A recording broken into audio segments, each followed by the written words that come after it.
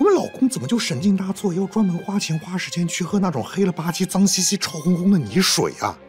这是1674年的妇女反咖啡请愿书上的一句话。当时英国妇女们因为不爽自己丈夫每天都泡在咖啡厅里，而搞了这么个宣传小册子。对此，如果咖啡有知，估计也会忍不住吐槽，说的好像我稀罕给你们吃似的。要知道，咖啡因作为一种嘌呤衍生物，对于植物而言非常容易合成，但就这么个便宜货，居然出奇的好使。它跟我们动物神经系统中的某些充当神经信号的化学物质非常相似，很容易就会造成动物的神经信号紊乱。尤其是对植物危害最大的昆虫，只要摄入一丁点儿的咖啡因，轻则丧失食欲，重则驾鹅西去。而且，就算是对咖啡因不那么敏感的动物，比如咱哺乳动物，也很容易因为咖啡因的强烈苦味而三缄其口。因此，地球上有很多植物都独立演化出了合成咖啡因的本事，来保护自己的嫩芽、花蕾、种子等等。从美洲的可可到东亚茶树，真的谁用谁说好。而在这一众豪杰中，咖啡树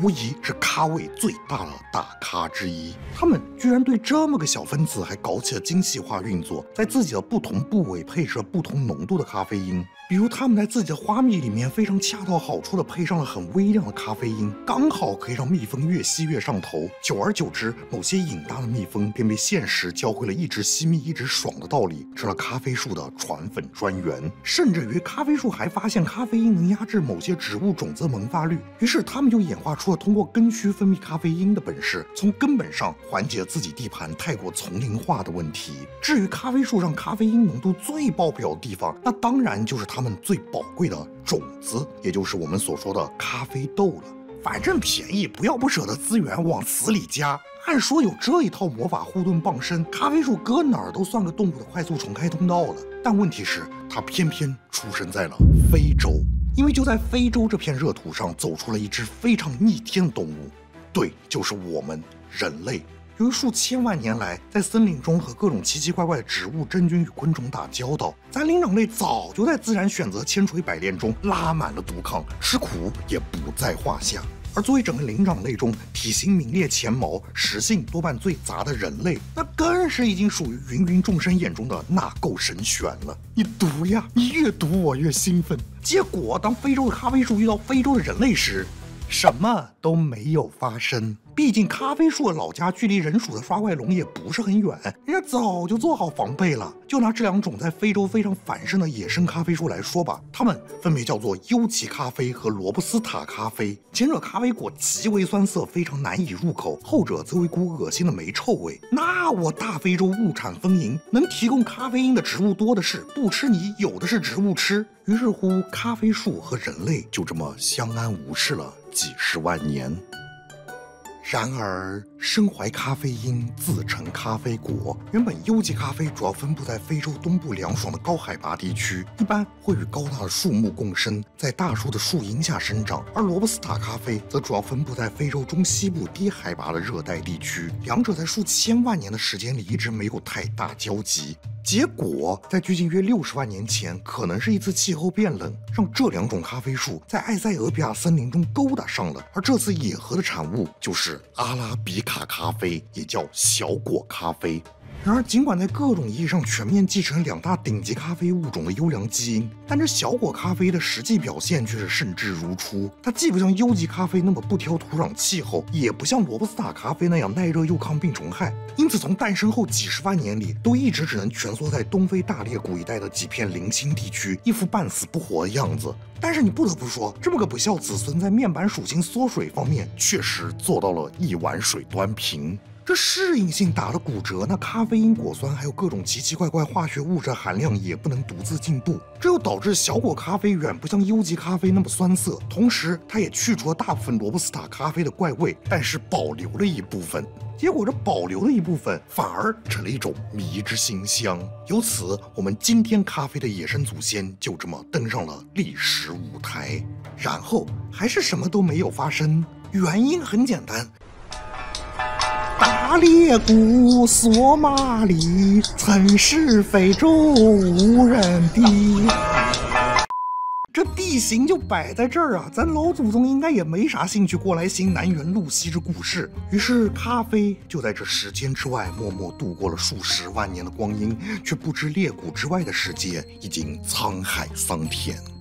传说在公元6世纪，一名叫卡尔迪的埃塞俄比亚牧羊人和往常一样吹响了手中的牧笛，却发现羊群并没有得令而归，却听得密林深处隐隐传来连绵起伏的咩咩叫声。于是他壮着胆子循声而去，结果他看到了十分克苏鲁的一幕：自己放牧的羊群仿佛受到什么不可名状的召唤，一个个都止不住的上蹿下跳，嘤嘤狂吠，一刻也没有为开羊趴不叫自己而悲伤。卡尔迪马上就开始了认真观察，结果就不出意外的发现，这一切都源于他们吃了附近灌木丛中的一种红色小果子，没错，正是野生的小果咖啡。然后他自己也鼓起勇气摘了一颗尝了尝，哎，果然也是瞬间嗨到不行啊！于是从他开始，一传十，十传百，咖啡也就出道即疯癫，很快就成了埃塞俄比亚的国民饮食。虽然这传说几乎可以肯定是经过了后人的添油加醋，但至少向我们透露了2点关键信息：其一，正是随着农牧业的发展，人类才终于有能力更有意愿去开发深山老林，西汉小果咖啡才终于现身人间。由此可以推测，人类驯化咖啡的历史并不算多么悠久。其二，就是最早开始使用咖啡的多半就是生活在小果咖啡的自然分布区附近埃塞俄比亚的古人。从目前可考历史来看，一开始人们很可能把咖啡果整个嚼碎吞进肚里，但这玩意儿毕竟硌牙又苦涩，有点难以下口。当然，这点小瑕疵显然不足以难倒人类的吃货智慧。比如人们会参考其他酸涩果子的做法，将成熟的咖啡果摘下晒干后，咖啡豆挖出丢弃不用，再用文火将咖啡果肉烤干，想吃时再用热水泡煮，便制成名为咖许的热果饮。直到今天，埃塞俄比亚和阿拉伯的某些地区依然还有类似的做法。虽说这咖啡果肉也含有约1%的咖啡因，算是多少有点提神作用。不过这种颇有气质十万美感的做法，总有些人会嫌弃劲儿不够大。那众爽之下必有莽夫，于是埃塞俄比亚的古人又把眼光重新投向了被他们丢弃的咖啡豆上，开发出了全新的工艺。简单来说，他们把咖啡豆捣碎后与动物脂肪混合成糊糊，等其有点凝固后再徒手捏成个棍棍。这种咖啡棒非常便于携带，随时随地都能掏出来啃上一口，那是又补充热量又上 buff 啊！行商科之，兴业疾驰，军队弹之，百战不辍。比如公元6世纪，埃塞俄比亚国王卡莱布进攻也门的战争中，这玩意儿几乎就是埃军人手一根的精神注入棒。而也正在商贩和士兵的热情交流中，咖啡得以穿过亚丁湾，并最终在也门人的手中，我们现代意义上的咖啡饮料开始初具雏形。作为当时全世界最重要的贸易集散地之一，来自东西方的各种香料与加工工艺都在也门这里交汇，并不断碰撞出新的创意火花。反正到15世纪时，咖啡这个曾经的灭野神器已经彻底俘获了也门人的味蕾。他们在埃塞俄比亚原始版本的咖许果饮基础上，又加入了来自东方的生姜和肉桂，使之更加暖心暖胃。一时之间，咖许风靡大街小巷，堪称阿拉伯人的酸梅汤。但是吧，制作咖许时丢弃大量咖啡豆，看着也着实可惜。而这又更进一步激发了也门人的吃货智慧。我们不清楚最早是哪位高人突然触发尤里卡时刻，尝试将咖啡豆拿来小火烘焙。反正这一举措让原本平民无奇咖啡豆居然散发出了一股子诱人的香气。之后再将其磨碎煮泡，就得到一杯芬芳馥郁又提神醒脑的豆浆，被也门人称为卡瓦，意为提神饮品，成为了我们今天咖啡这个名称最早的词源。恰好在当时也门活跃着一支名为苏菲派的伊斯兰教派。这个苏菲派比较忌讳中间商赚差价，更强调信徒要直接和安拉沟通。但众所周知，无论古今中外这教那宗，神仙那边信号就没咋好过。这苏菲派教众意味幸免，经常是胡旋舞都跳了几圈了，安拉那边还是已读不回。而这时候咖啡来了，一杯下去，跟上头通话质量原地上升1个 G， 而且喝了咖啡人还不容易困，白天跟神联络完感情，晚上还能接着再聊几个钟，3根灯火5根鸡，从此安拉007。由此，咖啡便在也门一炮而红。但问题是，面对这爆炸的需求量，就是把那点野生咖啡树全薅秃了也供不上啊。于是乎，人工种植咖啡就成为了也门人的头等大事。分子生物学证据显示，现在全球范围内小果咖啡驯化品种或者说阿拉比卡豆，几乎全部都是古代也门栽培咖啡的后代。由于咖啡比较喜欢相对高海拔一些的环境，也门人便将他们最早的咖啡园开垦在了西边的哈拉兹山脉地区。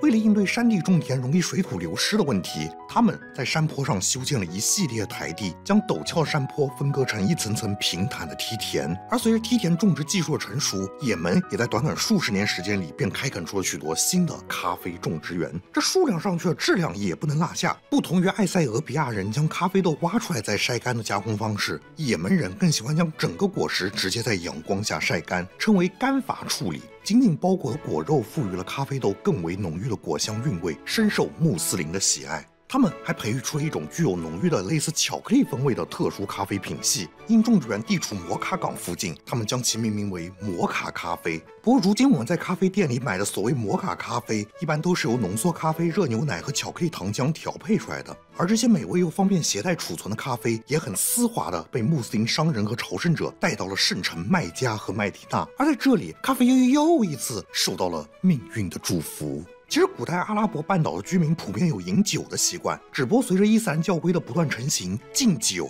逐渐成了穆斯林的共同戒律，于是咖啡就成了他们近乎唯一的快乐水。当天南地北朝圣者返回家乡，咖啡的馨香也随之从圣地弥漫到了大半个伊斯兰世界，也出现很多很有地方特色的咖啡饮料，比如土耳其人会使用一种铜制咖啡壶搭配热沙子来制作咖啡，由于其宽底窄口的造型，咖啡沸腾时泡沫会在极短的时间内溢出壶口，乍看起来像是能凭空无限续杯似的。操作者需要在合适时机迅速将壶从沙子上拿起，等泡沫沉下去后再继续加热，就这样重复几次，一杯风味浓郁的土耳其咖啡就做好了。喝完咖啡的杯子也还有用，当时土耳其还兴起一种根据咖啡杯底的残渣形状来预测祸福的占卜术，直到现在类似的操作都还是欧洲到西亚民间颇为流行的西式伏击。到16世纪时，咖啡已经完全融入了穆斯林们的日常生活，许多城市中开始出现一种专门供应咖啡和点心的餐饮场所，对，没错，就是咖啡馆。每天开工前先去咖啡馆里来一杯，也成了许多阿拉伯城市居民的生活习惯。而当地统治者看到咖啡带来的如此繁荣盛况，就果断把咖啡禁了。这原因也不难猜到啊！你想，一堆中年老男人聚一块吃吃喝喝，能聊内容基本上不是搞黄色就是搞红色，反正都是宗教社会统治者不太喜欢的东西。更何况这其中隔三差五还免不了出一些特别能奋斗的见证大 V， 怒骂一片烤馕50万迪拉姆什么的，那都不是一般的反贼了，必须要出重拳。1511年，麦加宗教领袖法官海尔达谢赫正式下令关闭城中所有的咖啡馆，禁止所有穆斯林饮用咖啡，并销毁咖啡库存。这圣城亲自当出头鸟，那其他各路埃米尔一马目也就没啥顾忌了。就这样，在短短数年时间里，这个咖啡版的禁酒令便席卷了大半个伊斯兰世界。这其中最激进的，当属朝廷里的大维齐尔库普瑞利。彼时奥斯曼帝国正陷入和西班牙战争泥潭，可谓边庭流血成海水，苏丹开篇意未已。君不闻绿萝土鸡200州，千村万落生荆棘。君不见巴尔干，古来白骨无人收。眼看刁民们似乎不肯体谅国家难处，那我把平台给你扬了，你们不就串联不起来了吗？于是库格老勒令关闭了城中所有咖啡馆，并且宣布凡喝咖啡者一律大刑伺候，如有再犯就直接装皮袋里扔到博斯普鲁斯海峡物理山号。然而人们对咖啡的喜爱其实一纸禁令能难得住的，你说不让喝就不让喝。即使惩罚措施非常严厉，仍然有很多人冒死偷喝咖啡。他们在家里偷偷煮咖啡，用厚重的毯子遮挡光线，并且在房间里点上香薰，以此掩盖咖啡的气味。城市中甚至出现许多秘密经营的会员制咖啡馆，想要喝上必须得熟人介绍，并且牢记各种暗号。方斯塔夫、鬼谷藏龙，请进。甚至于在某种意义上，这禁令反而让各路刺头抱团在了一起。本来民众只是在咖啡馆里私下骂两句，结果禁令一出，大家干脆就摆在明面上骂了。眼看反对声浪愈演愈烈，苏丹的眼神都清澈了，各地只能相继撤销禁令。只能说，历史就是在一个又一个馊主意中推进的。不过要说这咖啡也着实厉害，打穿伊斯兰世界的同时，居然还抽空开了新副本。没错，真是欧洲。就在伊斯兰教领袖还在为咖啡馆头疼时，地处亚得里亚海北端的威尼斯已经凭借着强大的海运力量与天然的深水港，成了沟通欧洲与阿拉伯世界的贸易枢纽。在整个地中海地区建立了广泛的贸易网络，咖啡也因此得以与其他中东商品一起进入了欧洲人的视野。然后，欧洲人就又毫不意外地展现出了他们的傲娇属性。当威尼斯上层贵族第一次品尝到咖啡时，那股直冲脑门的苦涩味简直让他们怀疑人生。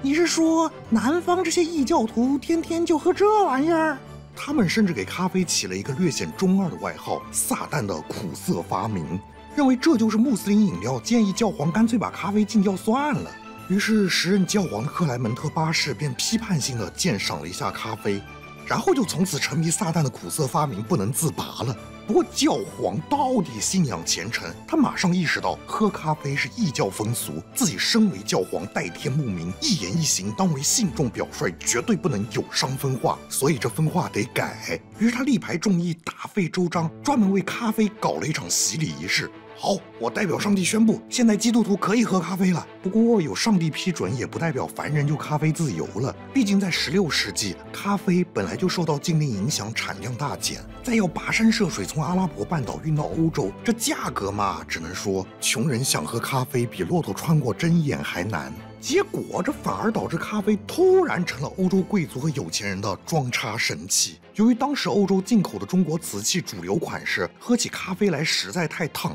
加之受到东亚用浅杯饮茶的影响，于是就诞生了一种很古怪的叠饮法。你得先把咖啡倒在茶杯下面的茶碟里面，这样咖啡蒸发面积增大，可以稍稍冷却一些，再靠五指尖比较抗烫的厚皮小心托起茶碟，然后嘴凑上去一点点嘬的时候还得和吃拉面一样发出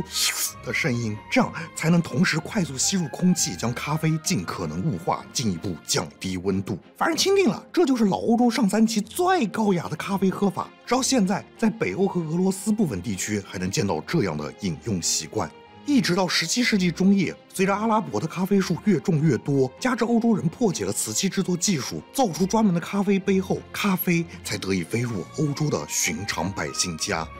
刚好，怎么就这么刚好呢？当时欧洲迎来了轰轰烈烈启蒙运动，漫天大字报，遍地小作文，每天都有无数文人学者公之杠精，激情互喷。这种高强度兑现，很快就让大家切身触及了人脑的算力和续航极限。就在这种情况下，咖啡的普及简直是想瞌睡就来砖头啊！比如《人间喜剧》作者巴尔扎克，他自称每天至少要喝30杯咖啡，有时候甚至会直接干吃咖啡粉，妥妥的咖啡因狂战士。但这也导致他晚年饱受肠胃问题和神经衰弱的折磨，年仅51岁就与世长辞。但不管怎么样，作为知识分子强烈推崇的施健超频神器，明明已经不算贵的咖啡，突然又被镀上了一层精英属性。欧洲有钱人们也开始学着艺术家和年轻学者那样，去咖啡馆温2杯咖啡，要一块小蛋糕，便排出9枚珐琅。这不比酒馆里喝着小酒吹大牛的泥腿子们高到不知道哪里去了。在诸多光环的加持下，咖啡便如同一股黑色洪流席卷整个欧洲。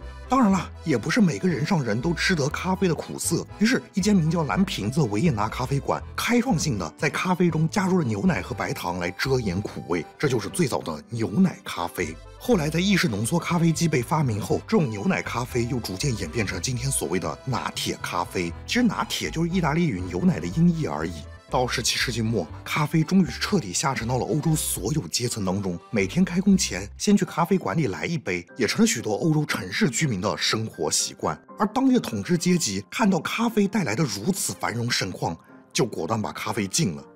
怎么听着这么耳熟？耳熟就对了，因为接下来发生的事儿简直就是历史鬼打墙。当时英勒宗查理2世刚刚复辟，他放眼现在，只见保皇革命党争于内，荷兰、法国虎视于外。回望过去，前有其父查理1世颈部以下全截肢，后有自己难受9年，歪脖树上孤枕眠。在这种心态下，看到伦敦市民笑聚咖啡馆棒击朝政，那真是 PTSD 都要发作了。不过相比绿萝宰相的直男操作，这位代英国王显然是个心机 boy。恰在此时，广大英国妇女因为反感丈夫整天泡在咖啡馆里不回家，再加上当时许多咖啡馆都谢绝女性进入，忍无可忍之下，就制作了视频开头那本妇女反咖啡请愿书。这不就双向奔赴了吗？于是，在1675年12月29日，查理2世国王顺应民意，从善如流地发表了一份咖啡馆取缔声明，宣布从明年1月10日起，全国所有的咖啡馆停业。然后丝毫不意外的，禁令甫一发表，戴英就举国暴动，差点把查理2世也送去和他爹碰头。终于在1月8号，也就是禁令生效前2天，查理2世只能灰溜溜的撤回了声明。然而，欧洲节节攀升的咖啡需求却便宜了他们的宿敌奥斯曼土耳其。自从1536年帝国攻占也门以来，每天都有无数箱咖啡豆从摩卡港运出，经由红海运往欧洲，摩卡港也因此成为了世界咖啡贸易的中心。面对着滚滚财源，苏丹朝廷倒是相当清醒，他们明白垄断才有暴利。为了避免种植扩散，奥斯曼从上到下纷纷王戎附体，严格要求所有出口的咖啡豆必须要先经过蒸煮和烘焙，确保其无法发芽生长。但问题是，只有千日做贼，哪有千日防贼？几十年后，帝国的咖啡金身就给捅了个窟窿眼儿。不过，完成这项壮举的倒不是附近哈喇子流了一地的欧洲人，而是来自东方的神秘力量。17世纪初，印度穆斯林巴巴布丹来到了麦加朝圣，在这里，他第一次尝到了咖啡这种神奇饮品。在这醇厚的香气中，巴巴布丹仿佛突然聆听到了某种特殊的感召，于是他借着朝圣的机会，费尽周折，顺来7颗未经处理的生咖啡豆，并小心地把它们缝进了衣服的夹层里。朝圣者的事儿能算偷吗？于是就靠这7粒1袋豆，咖啡就这么漂洋过海去了印度。最终在巴巴布丹家乡卡纳塔克邦的丘陵地带生根发芽，后来这片丘陵就成了印度最主要的咖啡产区之一。为了纪念这位道圣，这片山脉现在就叫巴巴布丹山脉。众所周知，凡事有了第一次就有无数次。到17世纪末，又有一个荷兰商人彼得·范德布鲁克代表荷兰东印度公司来到也门，假借贸易之名，再一次成功从也门偷运出了一株咖啡树苗。哦，对了，记住这棵树苗后面要考。尽管在种植初期遇到了一些问题，但这棵树苗最终还是成功在荷兰殖民地西兰存活了下来。以它为开端，经过10几年的疯狂繁育，荷兰人成功将咖啡树种到了从西兰到东印度群岛几乎所有荷兰殖民地里。要说这荷兰人还是很局气的，他们不光自己种，还分了一棵树苗给边上的法国。为了让自家的黑叔叔也能早日吃上种咖啡的苦，1720年，法国军官布里埃尔·马蒂厄·德克利率领船只，顶着风暴和海盗穿越大西洋，将珍贵的树苗护送到了位于加勒比海的法国殖民地马提尼克岛。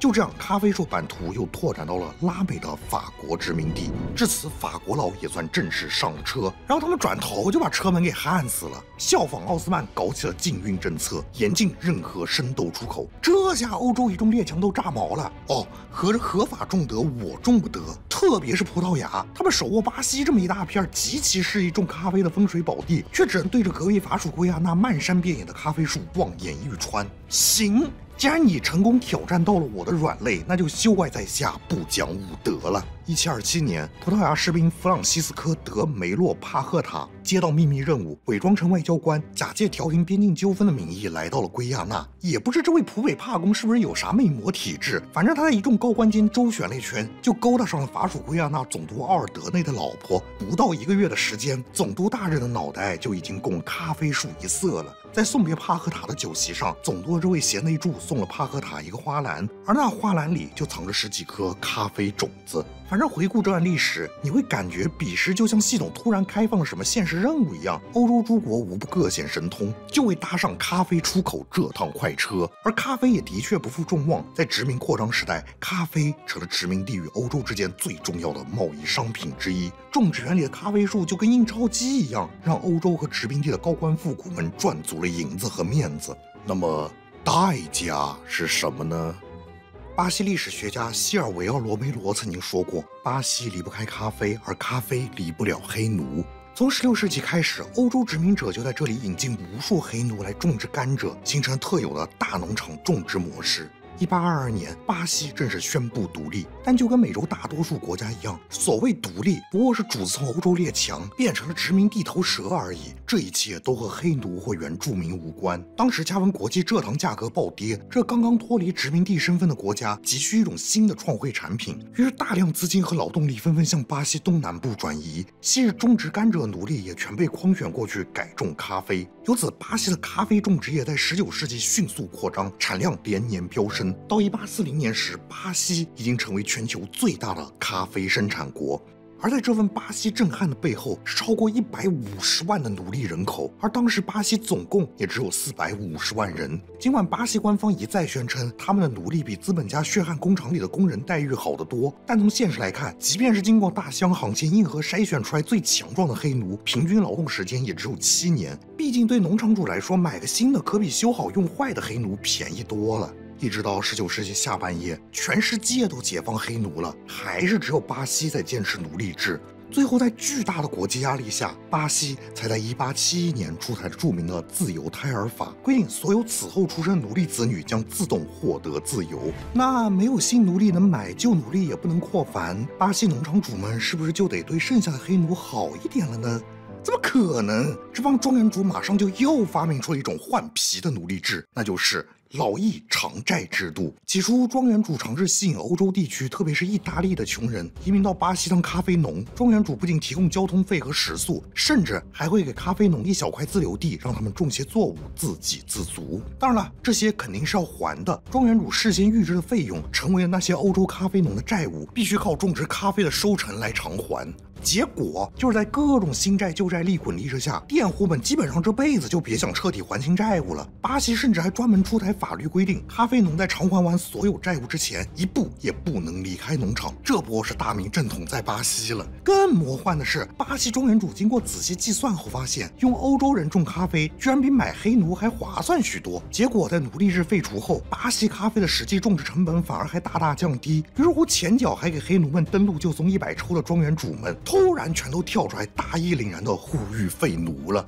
结果巴西就出现了倒反天罡的一幕，作为曾经的欧洲殖民地，反过来开始进口大量的欧洲人当农奴。在奴隶制废除后的20年间，有超过100万欧洲人移民到巴西种植咖啡，而巴西的咖啡年产量也从1890年的550万袋暴涨到1901年的1630万袋。眼看巴西开路虎，于是一众同样作为前殖民地的中美洲兄弟国家坐不住了。1856年，危地马拉总统拉斐尔·卡雷拉开始引进咖啡种植。危地马拉地处加勒比海板块和中美洲板块交界处，属于地质灾害多发地带，国土很多都是火山地，适合种植作物的土地并不多。因此，无论独立前后，当局一直在不断褫夺原住民的土地，强迫他们迁居到人迹罕至的山地和高原生活。结果，等到危地马拉人决定要种咖啡了，却发现这些收纳原住民的火山烂地居然特别适合种植咖啡，而且越是崎岖的地方，咖啡的品质还越好。那怎么办呢？只能再苦一苦原住民，钞票我来赚了。原本危地马拉高层是想效仿美国，帮原住民们把家园和头皮一起挪地方，可转念一想，却决定放他们一条生路。毕竟人没了，谁来种咖啡呢？于政府直接将危地马拉西部将近20万英亩的山路地区强行出售，并出动军队去掳掠奴役，将土著的人和地一起转化成了国家的滚滚财源。在这种离地三尺竭泽而渔之下，当地土著没多久就基本功能性灭绝了。但领导制定 KPI 肯定不会在乎这些小事儿，为此，一些负责寻找劳工的劳务委托人又转而开始去拐骗，把普通国民转上山去做苦力。由此到19世纪末，咖啡已经成了危地马拉最重要的出口商品之一，称可谓咖啡生土著死，国库盈驴做空。类似的事情也出现在世界几乎每一处咖啡种植区之中。在印度尼西亚，荷兰东印度公司为严密监督当地人，禁止他们食用自己种的咖啡。于是，有些农民为了解馋，就从偷吃了咖啡果的灵猫的粪便里，把无法消化的咖啡豆挑出来洗洗泡着喝。结果被种植园主发现后，反而觉得这种咖啡似乎别有一番风味，搭配一波营销，就成了价格高昂的猫屎咖啡。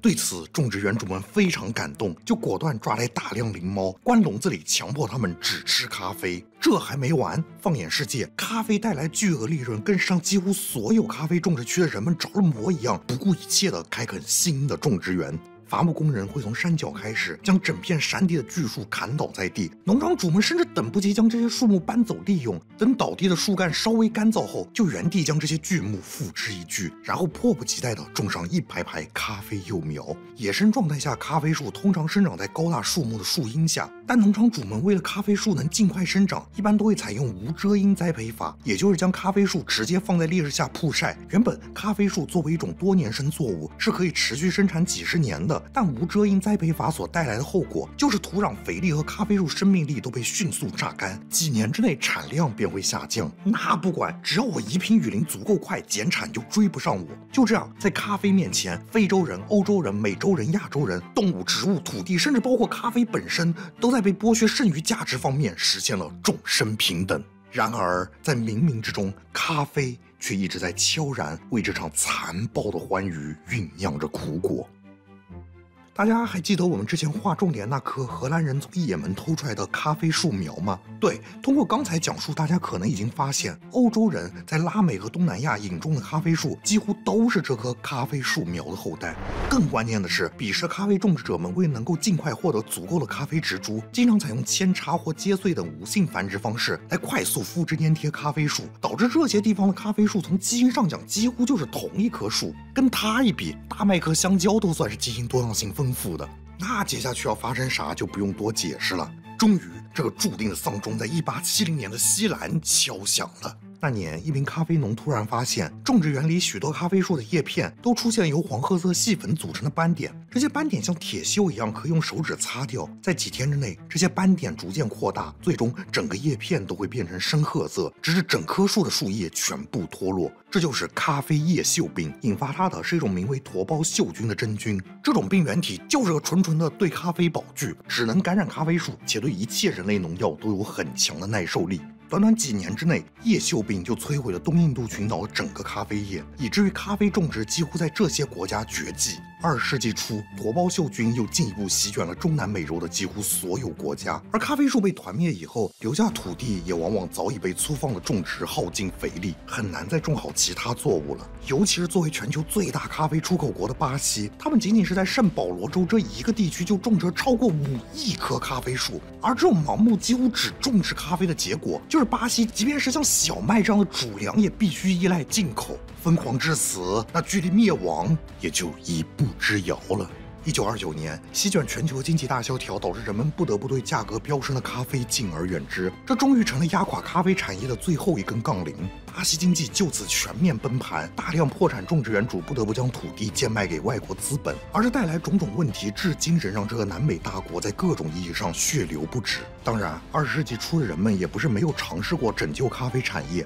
但问题人工栽培的阿拉比卡豆本就都是小果咖啡这一种抗病能力比较弱鸡的咖啡物种，无论如何改良，也很难抵挡刷遍全球后致病能力越来越凶猛的驼孢锈菌。而到这时候，人们才突然回想起，当咖啡树还在埃塞俄比亚的森林里时，曾经是一种凭借超高的病虫害抗性傲视群雄的植物。于是乎，生物学家来到咖啡的非洲老家，重新调查咖啡的种质资源，结果还真发现了一种几乎百病不侵，而且产量还更高的咖啡树。没错，就是小果咖啡的亲本之一——罗布斯塔咖啡。种种优点让学者们欣喜若狂，直到他们尝了一口用罗布斯塔咖啡豆煮出来的咖啡后，才明白有些东西没经祖宗严选是有原因的。据说纯种罗布斯塔咖啡喝起来有点像发霉抹布泡出来的水。经过多次尝试，人们不得不承认，这货就连品质最差的阿拉比卡豆也不如，几乎没有任何价值。因此，在很长一段时间里，只有那些被叶锈病剃光头的种植园会破罐子破摔地尝试种植这个品种。这下咖啡里好喝的没法种，好种的没法喝，一切的一切似乎都在昭示着这个曾差一点和人类失之交臂的神之饮料，终究还是要迎来它命中注定的诀别。然而，哪怕在这种时候，全球的咖啡市场居然还在逆风上涨，因为有一个国家出手了，那就是美国。作为西欧移民的后代，价值又靠近盛产咖啡的拉美地区，因此早在美国建国之前，北美殖民地人民就已经是世界上最酷爱咖啡的一群人。至于在咖啡价格最高且那段时间，他们为啥没有像其英国亲戚那样改去喝茶？这个问题恐怕就只能问出波士顿湾了。到南北战争期间，联邦军也像当年的埃塞俄比亚军队一样，把咖啡作为了刚性军需。士兵们会将饼干泡在煮好的黑咖啡里充当晚餐。为了防止磨好的咖啡变质，他们甚至会随身背着磨豆机出征。联邦军的常规武器之一夏普斯卡宾枪，还专门在枪尾设计了一个用于悬挂磨豆机的部件，方便士兵随时现磨咖啡豆。于是，在军队带动下，咖啡彻底融入了美国人的日常生活。不得不说啊，在喝咖啡方面，美国人充分展现现了他们的昂萨血统。由于当时制作咖啡并不过滤，为了让咖啡渣能够沉淀在杯底，早期的美国人在煮咖啡时，会把蛋白、蛋黄乃至蛋壳丢进去扫汤。更迷惑的是，部分地区还会在咖啡中添加鳕鱼，制作出带有浓郁鱼腥味的黑咖啡。不过，也正是在折腾各种黑暗咖啡料理的过程中，居然意外让咖啡走出了困境。从很久以前，人们就很不爽咖啡准备起来实在太费时费力，期待咖啡也能像茶一样开水一泡就能喝。而在南北战争期间，行军打仗的迫切，更是让士兵能够对各种口味诡异的冲泡咖啡展现出人类最极限的宽容。由此，一条全新的科技树开始在美国人的巨大需求中逐渐开枝散叶。1906年，生活在危地马拉的英国化学家乔治·康斯坦丁·华盛顿，在看到咖啡壶上烤干的咖啡渍时，突然产生灵感。他尝试将浓缩咖啡分散成小滴，通过加热使液体中的水分蒸发，从而形成干燥的咖啡颗粒。这种颗粒可以在加入热水后迅速溶解，形成咖啡饮品。